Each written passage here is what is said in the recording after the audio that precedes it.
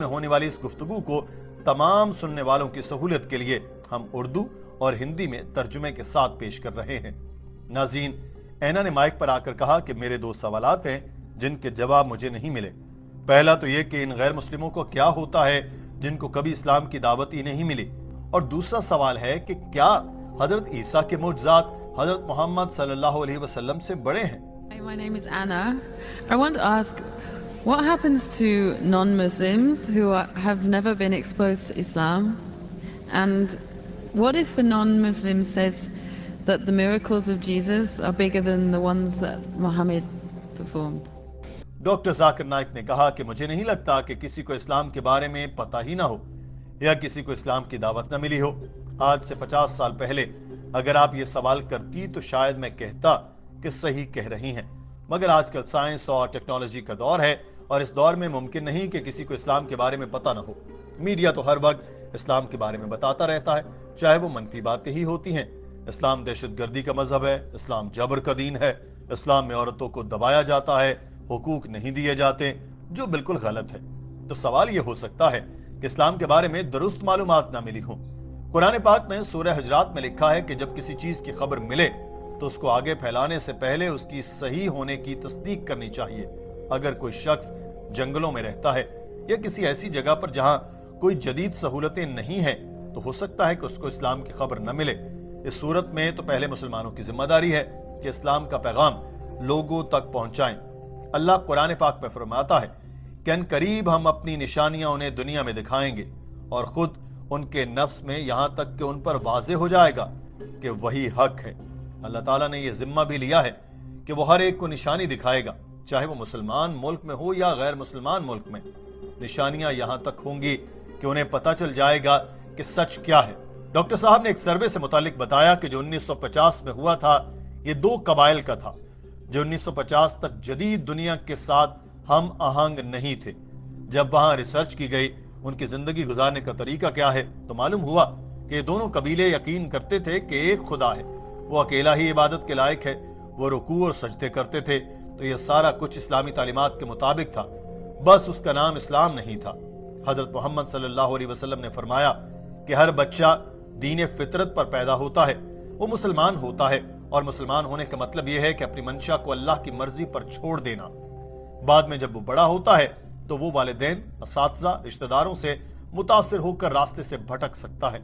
جب کوئی شخص اسلام قبول کرتا ہے تو اس کے لیے لفظ اسلام قبول کرنا ٹھیک نہیں، بلکہ کہنا چاہیے کہ وہ اسلام کی طرف واپس آ گیا، کیونکہ کچھ وجوہات کی بنا پر بھٹک گیا تھا۔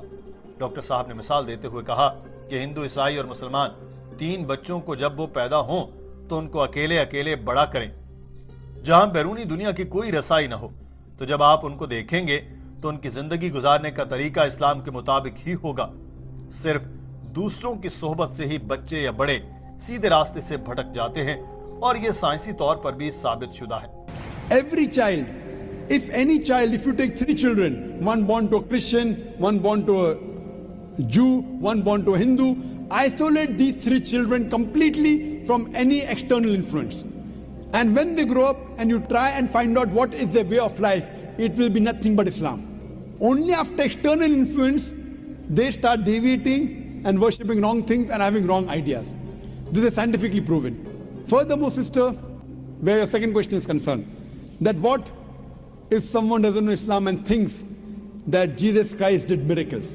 ڈاکٹر ذاکر نائک نے اس خاتون کو دوسرے سوال سے متعلق بتایا کہ مجھے بھی یقین ہے کہ حضرت عیسیٰ نے معجزات دکھائے تھے، مگر بہن معجزات ٹیسٹ نہیں ہے کہ کون بڑا ہے کون نہیں۔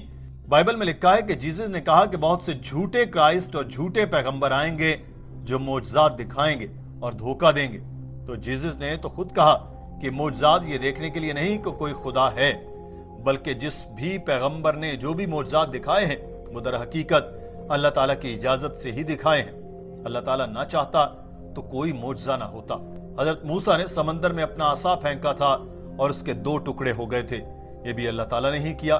ایسا ہی حضرت محمد صلی اللہ علیہ وسلم سے متعلق ہے، آپ صلی اللہ علیہ وسلم نے چاند کے 2 ٹکڑے کر کے دکھائے، وہ اللہ تعالیٰ کی اجازت سے ہی تھے۔ میں آپ کو بتا دوں کہ کوئی مسلمان اس وقت تک مسلمان ہو ہی نہیں سکتا جب تک وہ حضرت عیسیٰ کو پیغمبر نہ مانے۔ ہم یقین رکھتے ہیں کہ وہ اللہ کے برگزیدہ پیغمبر تھے، وہ مسیحا تھے، وہ بغیر والد کے پیدا ہوئے، انہوں نے مردوں میں جان ڈالی، بیماروں کو شفا دی مگر اللہ کے حکم سے۔ مسلمان اور عیسائی یہاں تک تو ایک ہی پیج پر ہے، مگر فرق یہ ہے کہ حضرت عیسیٰ کو مسلمان خدا نہیں مانتے، کیونکہ ایسا بائبل میں بھی نہیں لکھا۔ پوری بائبل میں جیسس نے خود نہیں کہا کہ میں خدا ہوں اور میری عبادت کرو۔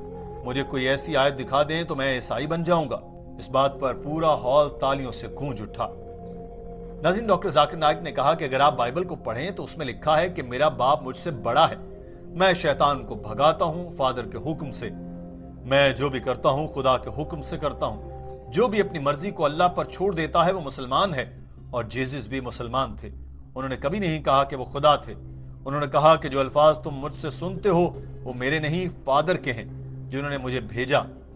گوسپل آف میتھیو میں لکھا ہے کہ ایک شخص نے پوچھا، میں کیا کروں ابدی زندگی پالوں؟ تو جیسس نے جواب دیا، ایک خدا پر یقین رکھو، اس کی مانو، جس سے منع کیا وہ عمل نہ کرو، جنت میں چلے جاؤ گے اور ابدی زندگی پاؤ گے۔ جیسس نے کبھی نہیں کہا کہ مجھ پر یقین رکھو میں خدا ہوں، انہوں نے کبھی نہیں کہا کہ مجھے خدا سمجھو تو جنت میں جاؤ گے۔ ڈاکٹر صاحب نے بتایا کہ بائبل میں لکھا ہے کہ انسانوں میں سے ہی ایک انسان کو چن کر اس کے ذریعے معجزات دکھائے گئے جو خدا نے خود کیے اور تمہیں دکھائے۔ تو جو بھی معجزات جتنے بھی پیغمبروں نے دکھائے وہ سارے کے سارے اللہ کے حکم سے اور اس کی نشانیاں ظاہر کرنے کے لیے ہی تو تھے۔ اور گوسپل آف جان میں یہ بھی لکھا ہے کہ میرے پاس تم سے کہنے کو ابھی بہت سی باتیں ہیں لیکن اب تم ان کو برداشت نہیں کر سکتے، لیکن جب وہ روح حق آئے گا وہ آپ کی تمام سچائی کی طرف رہنمائی کرے گا، کیونکہ وہ اپنے بارے میں بات نہیں کرے گا لیکن جو کچھ وہ سنے گا وہی کہے گا اور تمہیں آنے والی چیزیں بتائے گا۔ تو یہ پیش گوئی صرف اور صرف حضرت محمد صلی اللہ علیہ وسلم کے بارے میں تھی اور کسی کے بارے میں نہیں۔ ڈاکٹر صاحب نے اس خاتون سے کہا کہ بہن، اگر آپ سچی عیسائی ہیں تو آپ کو جیسس کی باتوں پر عمل کرنا چاہیے۔ ڈاکٹر صاحب کے یہ کہتے ہی اس خاتون کے چہرے پر مسکراہٹ آ گئی۔ اس نے مائک پر آ کر کہا، میں آپ سے سوال کر رہی ہوں تو وہ صرف اپنے غیر مسلم اہل خانہ اور دوستوں کی وجہ سے۔ میں صرف آپ سے کہنے آئی تھی کہ سبحان اللہ اور لا الہ الا اللہ۔ ناظرین، پورا ہال تالیوں سے گونج اٹھا۔ قریب کھڑی اسلامی بہنوں نے اس خاتون کو گلے سے لگایا، سب کی آنکھوں میں آنسو تھے اور ہر کوئی خوشی سے سرشار تھا کہ ایک اور بہن کو رہنمائی ملی اور وہ جہنم کی آگ سے بچ گئی۔ ناظرین، آپ یہ مناظر دیکھیے۔ Zakir, I am a revert, and I was just asking questions on behalf of my non-Muslim family and friends, and I just wanted to say, Subhanallah and La ilaha illallah.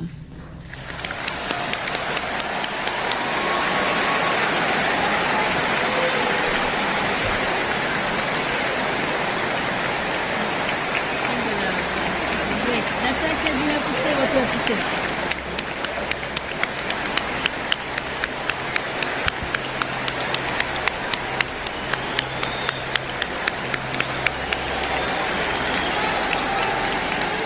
Doctor Zakir Naik جو اپنی set پر جا کر بیٹھ چکے تھے، یہ سنتے ہی mic کے پاس بھاگے چلے آئے اور کہا، بہن، آپ کو دین اسلام میں خوش آمدید کہتا ہوں۔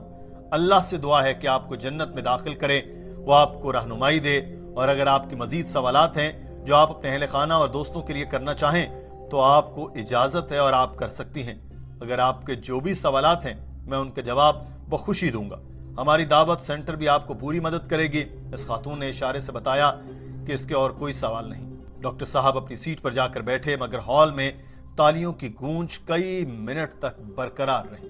ناظرین، اس خوبصورت ویڈیو کے بارے میں آپ کی رائے کیا ہے؟ کمنٹ سیکشن میں ضرور آگاہ کیجیے گا۔ اپنا خیال رکھیے۔